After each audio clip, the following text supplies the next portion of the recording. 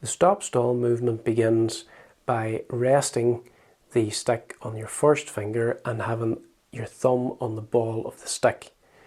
Now what's going to happen is we're going to flick the stick back towards us on the inside of our hand. It's going to do a full circle and we're going to stall it then with our thumb on the ball of the stick, like so. Flick, turn, stall. And it's always good to ensure that your stick is completely straight.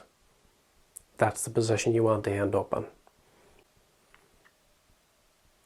Let's see that again now from this angle.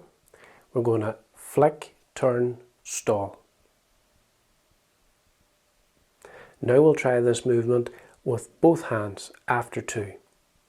1, 2, flick, turn, stall. Now let's see a close-up of this movement.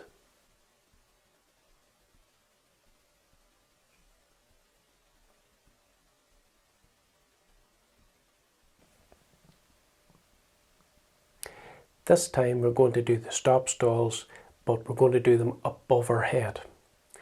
And they will look like this.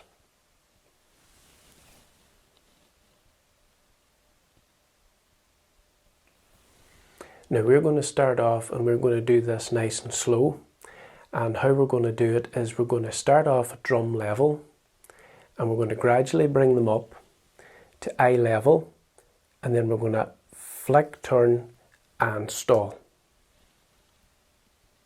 Ensuring that both sticks are level at the top and that they're not falling back towards you, the player.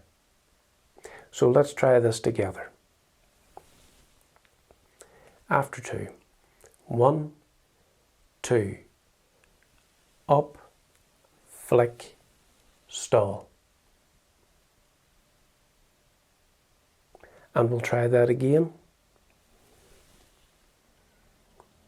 1, 2. Up, flick and stall.